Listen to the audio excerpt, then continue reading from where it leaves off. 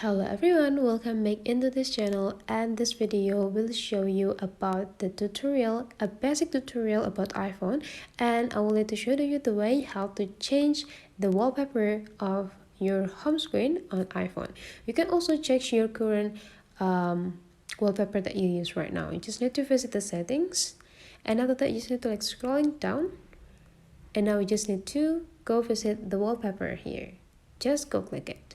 So the current wallpaper will be displayed in the current one. If you want to create the new one, go click this add new wallpaper, and you will be bring into the new wallpaper collection. If you're willing to have the picture from your photo library, just need to go click these photos, and it will be bring you into the photo library. Just need to pick which photos that you want to use for the wallpaper. Let's say I would like to use this one, and you will be bring into the adjustment of the wallpaper. You can also make this picture like bigger by pinch with two of your finger, drag with two of your fingers too, and after you're done, you just need to go click add